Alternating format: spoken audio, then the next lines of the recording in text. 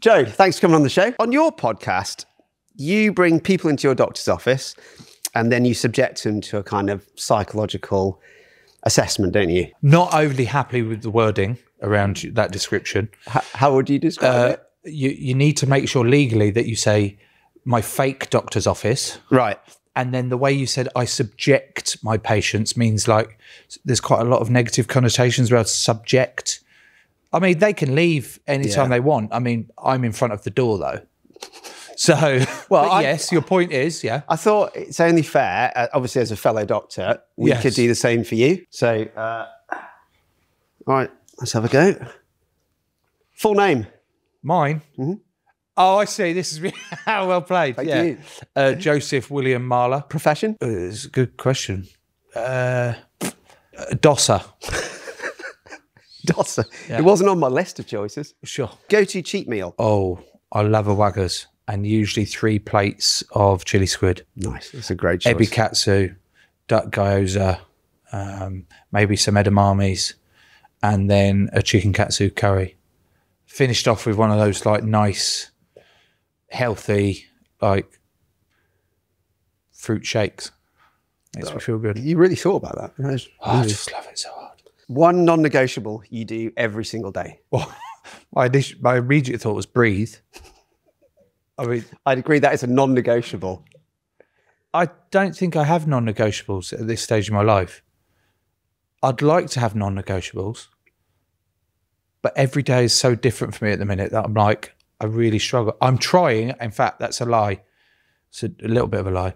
I'm 9 days on the trot now of getting up at 6 o'clock and go and do some fasted cardio for half an hour. Wow. I'm 9 days in. So that, I guess, is my non-negotiable at the minute. Every time I get up, I'm like, I've got to go do that. How's that working out? It's still fat. Yeah. Thought it'd happen quicker, but it's fine. Okay. What's the hardest part of being a doctor / fake doctor? Hardest part is keeping my stethoscope clean. I don't know what you do with your stethoscope.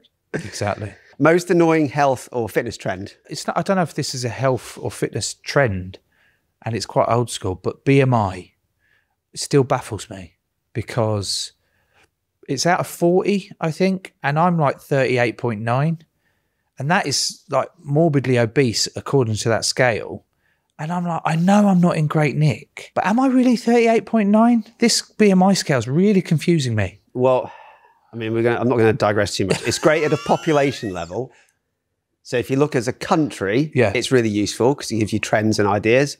At an individual level, it may not be right. So for you, your bone and muscle mass is larger than the average guy. Right. So your BMI is high, but you may not be obese. Best rugby player in the world right now? Or I'll have to say what everyone else says, and that's Anton Dupont, although he's going through a little bit of a dip. But that's because he's just come back from an ACL. So I'll give him a bit of a break. Yeah, it's Dupont. He's unbelievable. Finally, if you could only do one exercise for the rest of your life, what would you pick? Bench. Why? You're just really good at it. Yes. And that's what tends to what happens with people. You stick to what you're good at.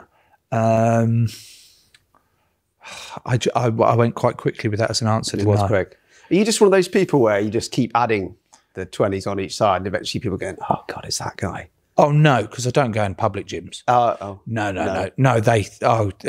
I go in there, what's the word, for some fun sometimes, because it's incredible, the eclectic mix of people that you get in a public gym doing all sorts of stuff in there. And I'm like, this is wild, but also great to watch.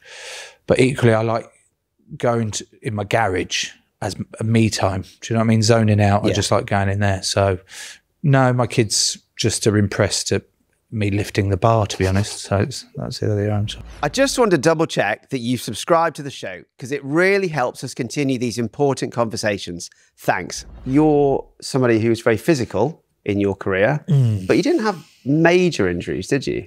No, I was very lucky. Why was you so lucky about this job? I hid. I hid a lot on the field. Oh, yeah, there was a good 6 or 7 year period where I would hide on the field. And all jokes aside, I wouldn't put myself out there to make a mistake or I was just going through the motions.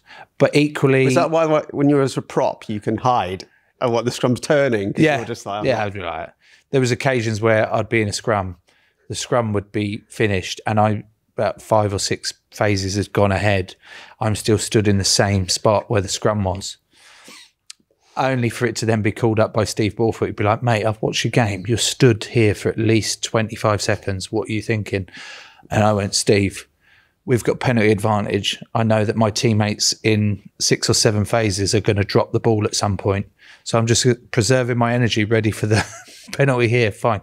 I know I was always lucky with injuries, and that was sort of part, I guess, a super strength of mine, which meant that I was always available, or available a lot of the time. And I was just very grateful. But I was physical, but I don't know.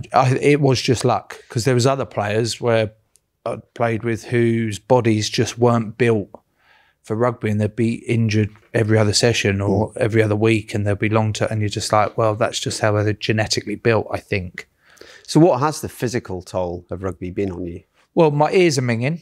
My nose is bent, but thank you for letting me sit this side, because it's actually my good side. Thank you. And yes, I do have a good side. My neck has got like a narrowing of the nerves. Yeah, sure. Something. I wake up a lot of mornings with pins and needles in my hands. And, general aches and pains, labral tears in my hips and stuff like that. But maybe a lot of, I did have a lot of head knocks. Yeah. And you spoke about it being in the spotlight at the minute.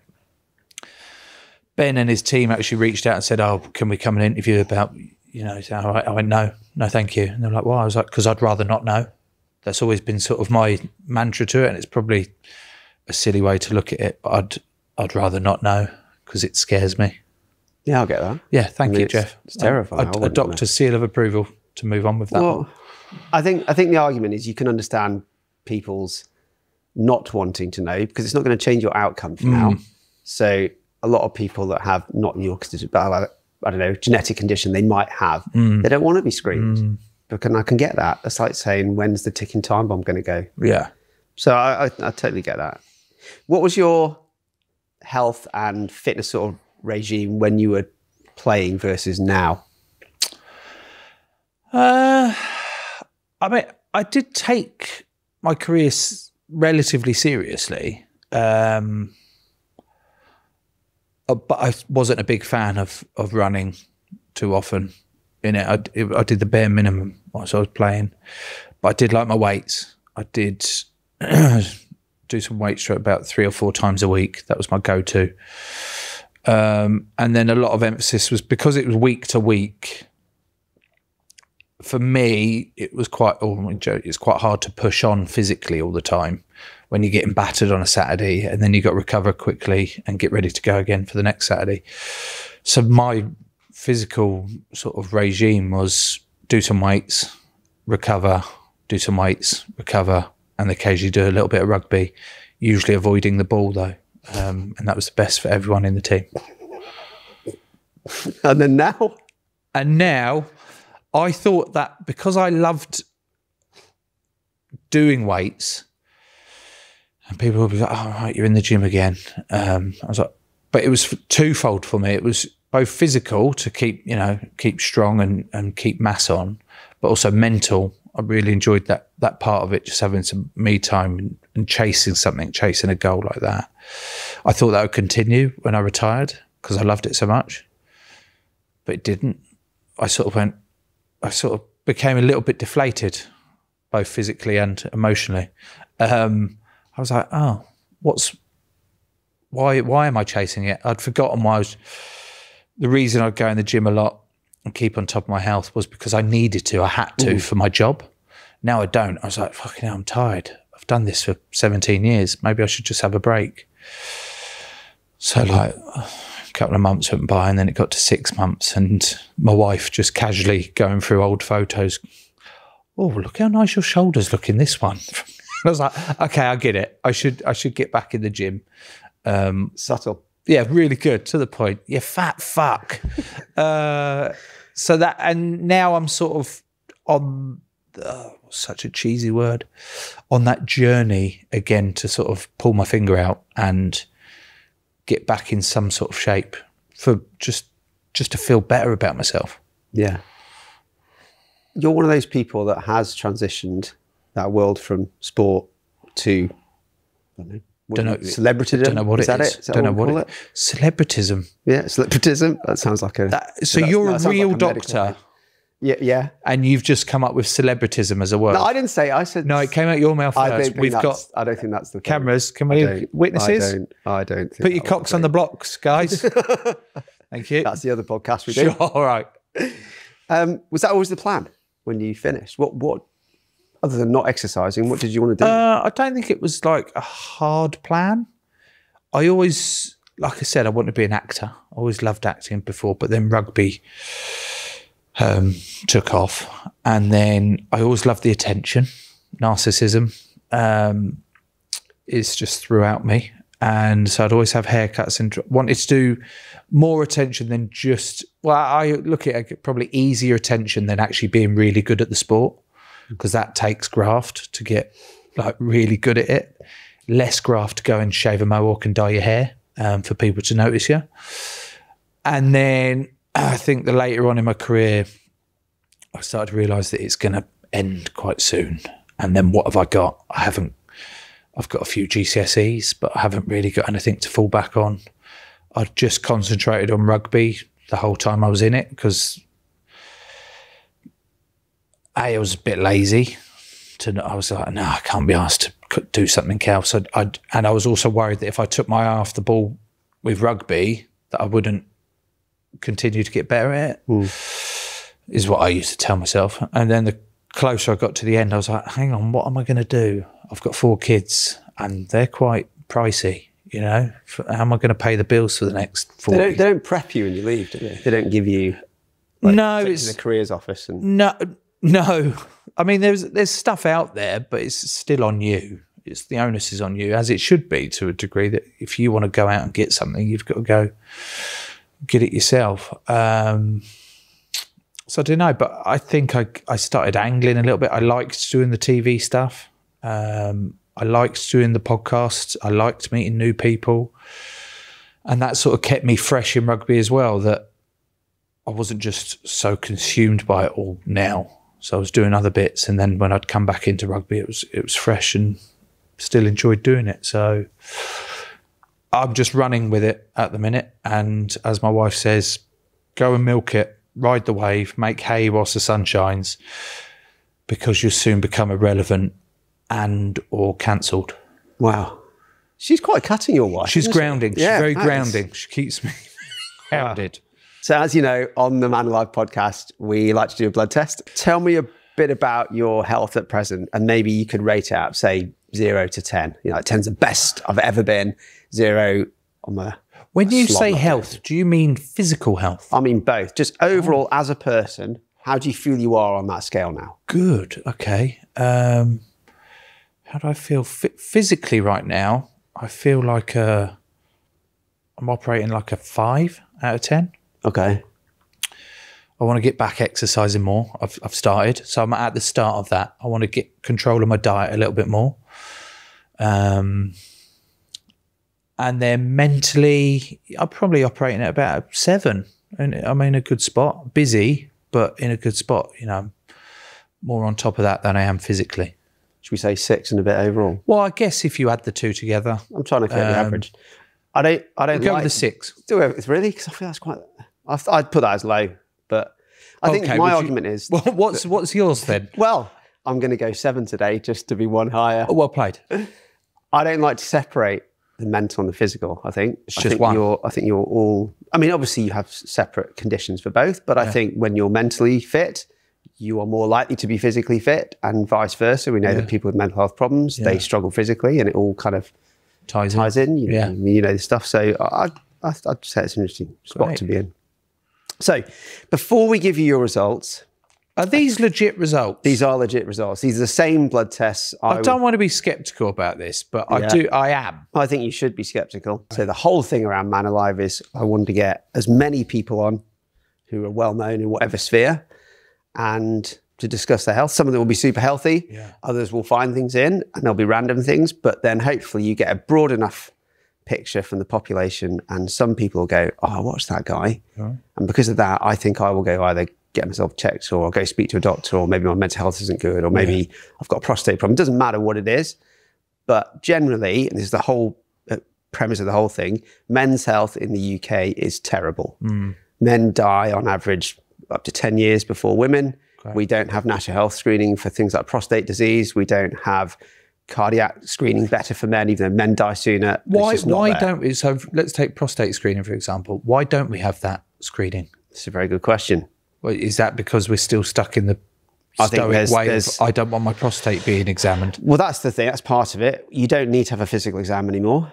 And the evidence behind that is years old. You only need to have a physical check if you've got symptoms. We can do a blood test. But it's not an agreed national screening process at the minute. You have to ask for a test. Right. It's not a perfect test, but it's the best we've got. But my original point is that we do this to try and get blokes who think, oh, I've watched Mr. Marler on TV today, or Dr. Marler, on YouTube. Not on his podcast, on this one. Yeah. And I thought, I've listened to that. I'm going to get myself a blood test, get checked out. And we may improve health that way because it's not going to happen through politics. Great. I love that. That's the definition. And I'm also, I'll couple it with skepticism that you've answered for me, but also excitement of, okay, I'd like to know some answers. I'd like to know what's going on with me.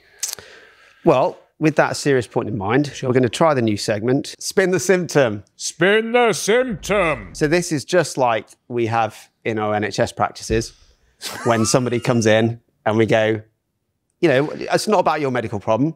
You spin it and we'll see what comes up. So I think that it makes a world of difference. Thank you. You're bringing fun. So give it a good spin. And then whatever it lands on, if you're happy, we'll ask you a question about that area. Yes, my favourite.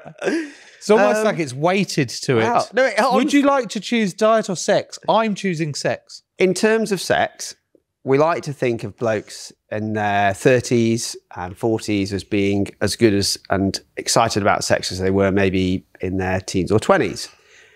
That's not always the case. So signs of things like low testosterone or signs of things like cardiovascular disease may find that you don't get the same erection quality or morning erections as you used to. Yeah, why aren't I getting morning boners anymore? That's my question. I mean, I get the occasional one, but nowhere near as many as I used to. So what's the crack with that? It's a really good point. So when men age, their testosterone levels naturally drop. And you may find that when you're in your late teens, it's like sometimes not even in the morning, sometimes at school, you don't even have a choice about it. All the time. All the time. Yeah, all the time. The amount of times the tables would rise at least 12 inches. Maybe less. Yeah, no, it's maybe less. It started off as plausible. Sure. But then levels start to drop. But in your 30s, you should still have it 2 to 3 times a week. And that's normal. Yeah. I think the time we would say you need to go see a doctor is if you can't remember the last time you had morning erections. And that's a really good indicator that either hormones have dropped or your cardiovascular risk has gone up because something is stopping that erection naturally occurring. You should have it every morning. Why do I need testosterone? I feel like I should know the answer to that, but I don't really know it apart from it gives me great erections. What else? Helps me build muscle? Definitely. But what else do I need testosterone for? So you need it as a kid to make you a man. Yeah. And it creates all the male characteristics. But a lot of people think that once you've either fathered a kid or you've grown a decent beard, you can kind of forget about it. You don't need it anymore. So when you kind of hit, I don't know, mid-30s, a lot of guys think, well, I don't really need this anymore. My important bits are done. I've got my kids, I've got my beard. But actually, testosterone is a key hormone that keeps you functioning as a guy throughout your entire life. So you need it for things like your metabolism. It keeps your bones dense. It keeps your brain functioning normally. It keeps your blood pressure where it should be. It impacts on your cardiovascular risk. It even impacts things like risk of dementia. We think, we can't prove this yet, but low testosterone could have cognitive risk in men as well. So you need all this stuff forever, but it's just that it gets lost and you kind of think, oh, I don't need that. stuff on your board. It's really, really important. And that tends to happen when you hit 30, is it, in men? Like 30. It just starts to we lose decline. Great. About 1% every year, over the age of 30. I'm really hoping that you're going to help me with some answers. Shall we look at some blood test results? We've done a very in-depth set of bloods, same set as we do if I saw in the NHS. We were doing kind of an MOT or a well-man check. So there's a lot of data. I mean, you took a lot. We look at your full blood count, actually, and we make sure you're not anemic. We make sure that your immune system functions normally. Anemic meaning lacking? You haven't got enough blood. Oh. Not just because we took all that out of you, but actually, are you suffering with a medical problem? And yours is really good. You've got plenty of blood flowing around. You're not anemic. Your immune system's normal. Your clotting's okay. Hang on. Did you say my immune system's normal? Yeah.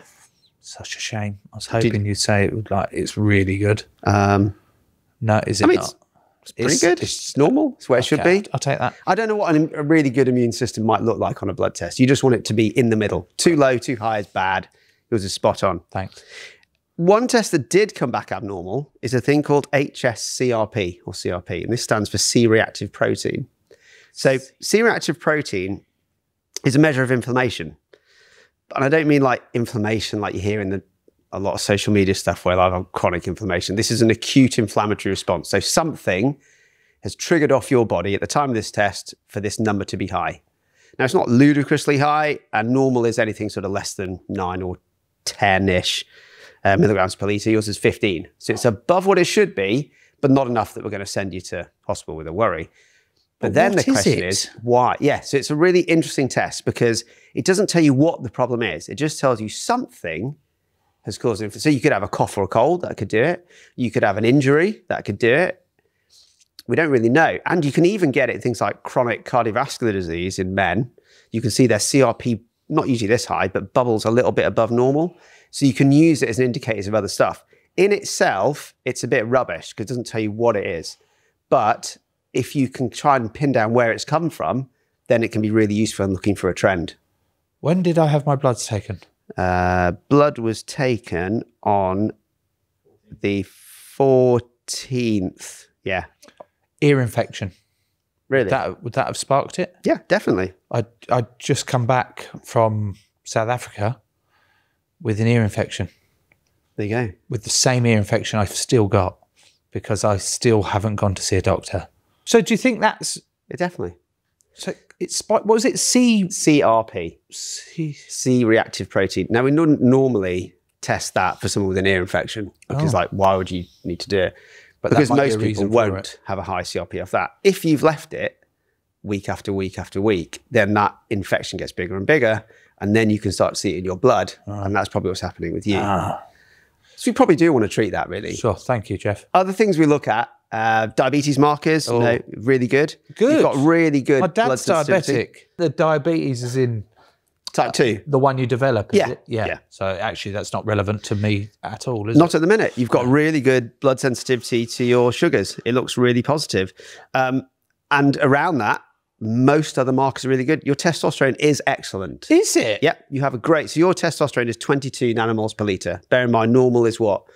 12 to 30. We aim for a target of 15 to 30. So I'm there. You're good. You're exactly where you want to be. So you wouldn't recommend any sort of need for TRT, is it?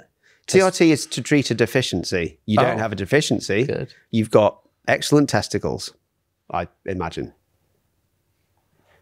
It's a good set of results. Prostate's normal, your vitamin normal. Still on the excellent testicles. Yeah. It's one of the nicest things someone said to me. I thank you, Jeff. Okay. Your vitamin levels are great. Nutritional levels fine. Your prostate levels really low. The only other thing I did find in your blood's a little interesting. Your total cholesterol is a little bit high, 6.1. Ideally, you want it less than 5. What's cholesterol? Cholesterol is fat that flows around in your blood, which can, and doesn't always, but can stick to arteries and that sort of stuff. So it's something to be aware of. So ideally you want it less than 5. Yeah. And your ratio of good fats to bad fats is actually quite good. But how do you bring your cholesterol down? Most of the time it's diet. Most of the time. Sometimes we see in men it's just genetic. It's part of you. And that's when we try and work out, well, is there a reason like we can't reduce it anymore? You've got the best diet in the world. We just can't get it down. So instead of 3 plates of chili squid, maybe go to 1 or 1.5, and it might help with that level. I think that's a really sensible measure. That's what I'd normally advise people. Thank you. Reduce the chili squid. Great. As part of this, we also do a thing called Q risk. We do this on most of our patients we see now. Q risk is a really interesting measure which gives you an average indication of you having a cardiovascular event, so heart attack or stroke, in the next 10 years. And it takes into account your blood pressure, your medical problems, family history, and did your blood pressure earlier, which was actually all right. It's like 140/89, so that's pretty good. Yeah. Do you want to guess what your percentage Q risk would be? So it's a percentage, and it's a number, the percentage. The odds of you having a cardiovascular event within the next 10 years. Yeah. I'll give you a little thing. If it's above 40, we're going to ITU now. So it shouldn't be high. It should be low. Okay. I've got 6.1, so that probably tops it up a little bit. Yeah, that's not bad. The CRP, unless it's treated. Anyway, look at me trying to pretend to actually work out in my head as if I know what I'm fucking talking about. 17.5% chance of a stroke or heart attack in the next 10 years. You actually came as 0.8%. No. Yeah. You have the lowest. You have the lowest value we've had on here so far. So yours is brilliant. That's great. Really that's made me feel good, but I will not be resting on my laurels. No.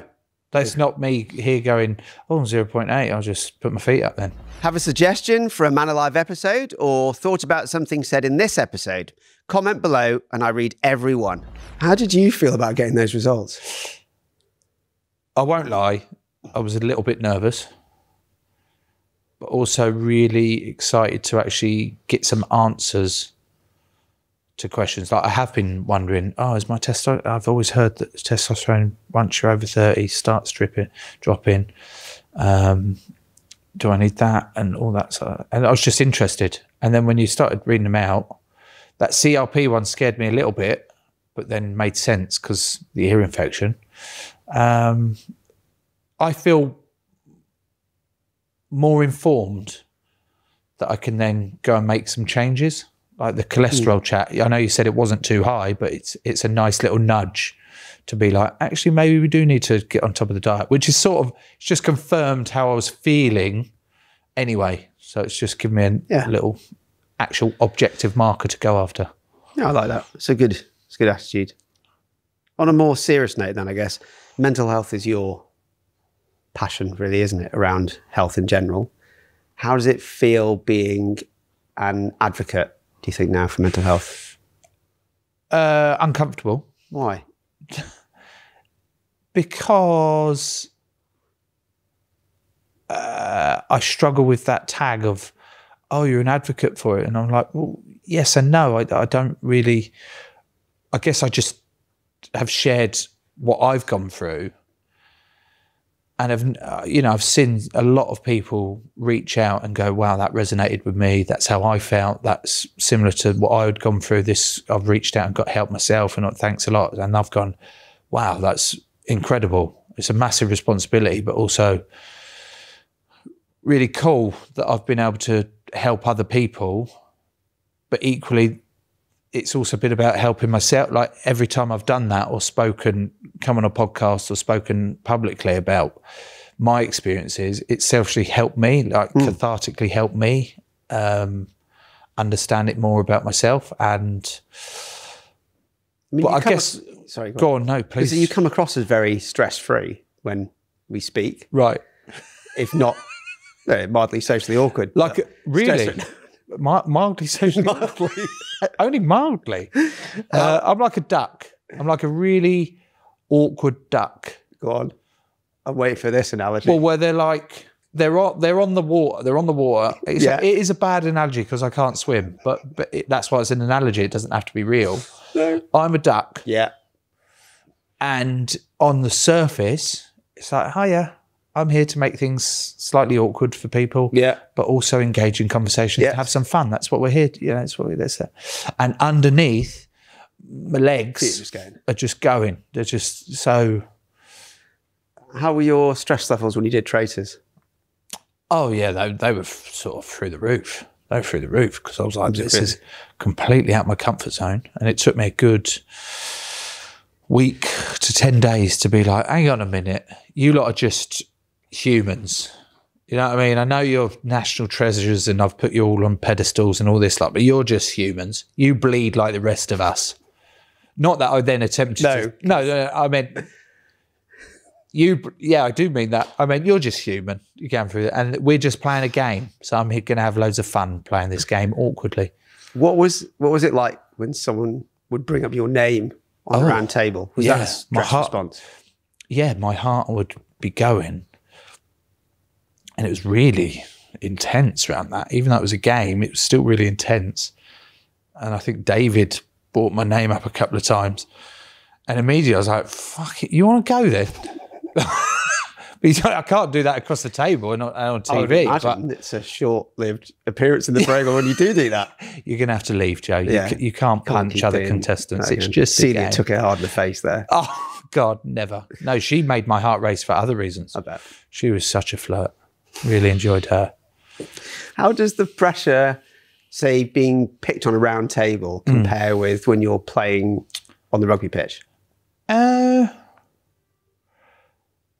found the rugby pressures, well, early doors, there was a freedom to it. I didn't really feel any pressure because I was so young and naive to it all. Then the middle part of my career where I was trying to impress or mould myself to fit a coach that wanted this or something, and you'd be worried about making mistakes all the time. That was quite hard. Yeah. But then the back end of my career where it was sort of like I freed up again. I was like, oh, I know what I'm doing. This is what I can do. This is what I can't do. I'm just going to go out and have fun. There wasn't a huge amount of pressure. Yeah. But then you go into the Traitors, into an environment that you go, I've never done this before. I'm not sure about this because you don't know what you're doing there. So it's quite hard to then cope with it. And I just tried doing it. And all jokes aside, was like, no, they're just human. Do you know what I mean? Stop being so silly. And you dream up something in your head that isn't really the case. You're just here to have fun and play a game. Yeah. Thanks, Jeff. Obviously, I've heard you talk a lot about your mental health and the struggles in that journey. And you're on medication now still? Yeah. Citalopram? Escitalopram, which I think the little bit of knowledge I did is still citalopram, but a slightly cleaner version. We don't like to say cleaner so I was much. just going to say, I don't think the other one's not the street version. No, okay, let's give a better word in. It's just a derivative of citalopram, isn't it? That worked more for me. Yeah, and I think with all these sort of things, certainly with the SSRIs, and I'm not a psychiatrist, but finding just the right one for each person seems to make the biggest difference. And we do find some patients will sort of rotate through a few till they find that one. And people have reached out to me as well where they've gone, oh, it didn't work for me and that lot. And that's why I worry about when people ask for advice or people say that I'm advocate. It's like I've got the answers, and I'm like, I don't. I can only tell you what's worked for me. And that point you just made, there's so many things out there, whether it's actual medication or more holistic ways of going about things or physical exercise to stay on top of things. You've got to go and find what works for you. Do you think people are still scared, or men in particular, are still scared about taking antidepressants or talking about mental health? I think they are. I think we are. But we're moving in the right direction. Like, it's not just going to happen overnight. I wish it could happen overnight and the male suicide rate would just drop. That would be incredible, but it won't. Nothing ever does. It's just good that we're moving in the right direction. And this podcast, for example, is an example of that. To have those conversations, to then get other men to sort of sit up and go, oh, that sounds a bit like me, or yeah, I can resonate with that. What can I do? Where are the answers? What can I go and look for to work for me? So we're moving in the right direction. Do you feel your mental health is pretty good now? I'm in a better spot. Yeah, definitely, because I've learned to cope with it more. I understand it more. I understand when stressful periods are going to come in my life, when I've got a lot of work on or a lot of time away from home or certain things that might trigger other responses in me. So the fact that I'm aware of it and can stay on top of it more doesn't mean I don't have my down days or I don't have my struggles the same way that everyone does. But I think that the knowledge of it all is really helping with me. But it's a continued thing. I still got a lot to work on, particularly when it comes to parenting as well. It's like consistently, it's like, okay, how do I be a better role model and a better dad to my kids? Particularly my two boys in the 2026 like manosphere that we live in. Like, I'm scared shitless for them, and it's like, well, I need to educate myself around all of this stuff so that I can help them with it all. So yeah, I'm in a good spot. I'm in a better spot, but yeah, you have your good days and your bad days. Do you have daily, you said you don't have a routine so much, but are there things you would do on a daily basis that help you? The exercise for me is something that I strive for now, knowing that little bit of routine that I probably became institutionalized with over the last 17 years in rugby, that I'm like, oh, I need that.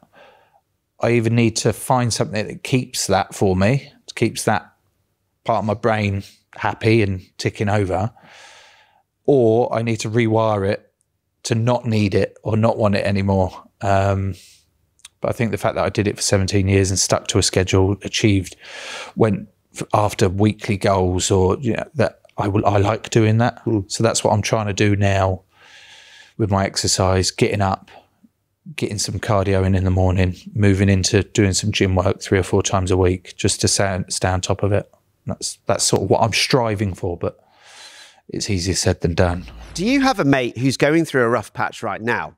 Share this with them today, because one conversation can change a life. I saw recently that you've been telling other men they need to love each other. Yeah. Why is that an important thing? Because we don't, do we? We just... we don't tell our friends, our male friends, how much we love them, because we think, oh, it's not a manly thing to do. You don't, do you know what I mean? No, we go for a pint and we set fire to wood whilst... in the pub. Whilst getting food. Yeah. Put the bread on the table. Why is it always bread? Why can't you just put meat on the table as well? Do you know what I mean? Why wouldn't you reach out to your mate and tell? Because you do. Do you know what I mean? You do love them. You love spending time with them. So it's like, just tell them. People like to feel appreciated. Final section I just want to touch on is hair, because that's a big thing for you. When were you thinking to yourself, right, I'm starting to lose my hair, I need to do something about this? There was a specific moment where, it was about 5 or 6 years ago, where I took my hat off. We'd gone away with the kids to stay at a hotel.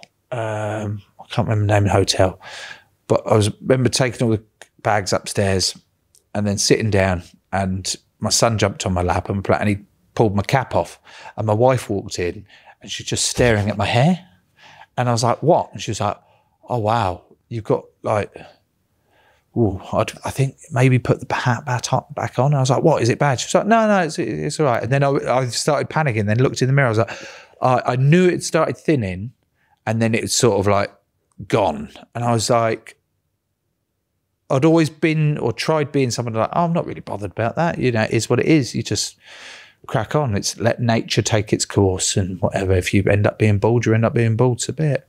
Just be happy in yourself. So I thought I was like that until my hair started going. I was like, oh no, I like my hair. Like, my hair feels like a big part of my identity, and now it's going, and now my identity is going. I was like, panic. In the same way that when I stopped rugby, I also thought my identity, who am I now? Yeah. I'm not Joe the rugby player, I'm Joe the what? Why can't I just be happy being Joe? Why do I have to be something? So it was part of my identity. I was like, oh, I'd love to maybe get that sorted, and then explored the options that are available to me. Did it affect your confidence, do you reckon?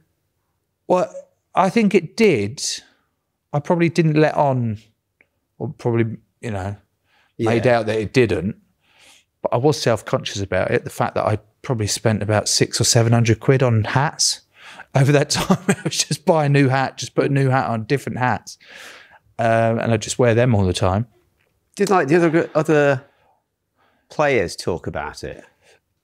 Or is it more just a piss take way? Yeah, just in this sort of a rugby sort of banter, ribbing way. Me and Danny Kerr would always take the piss out of each other's hair especially on a wet day or when the rain comes down and we're both staring at each other's lids like, oh, mate, I think we should start wearing scrum hats or something. And I'd love to be able to go, oh, I've got the confidence and assuredness to be like, oh, I don't care if I go bald. But I was like, but there's options out there to not go bald. And I quite like having my hair the way I have my hair. So I'm happy that I've done something about it. And there shouldn't be a stigma around it. If there's stuff out there and you want your hair to be sorted and treated, then go for it. I think it's about choice, isn't it? Yeah. Is that not every bloke should have to have it, and if you're comfortable with it, it's fine. But it's not the 70s anymore where you're stuck with a comb over. Yeah. If you want hair, you can choose. Yeah. Yeah, I totally agree. Has your perspective on hair changed, do you think, over time? What do you mean? As in my hair? Or just how people view the concept of thinning in men? Oh, yeah. It's gone from, we just got to accept we're going bald, thinning, even though we feel self-conscious and would rather not. Yeah, I know loads of lads that have been self-conscious about the hair all the time, and actually they've been the butt of many of my jokes over the years, and then I've become the butt of their jokes when it got thinner and thinner. So my perspective has changed to actually there's no need to take the piss. Like, if people want to get their hair done, get it done. Get it done in a safe. Yeah. Yeah, I'd agree. I think, do we say FDA? That's American, but yeah. Get it done in a safe... It's a safe way, it's fine. It's fine. Yeah. Twat. Sorry.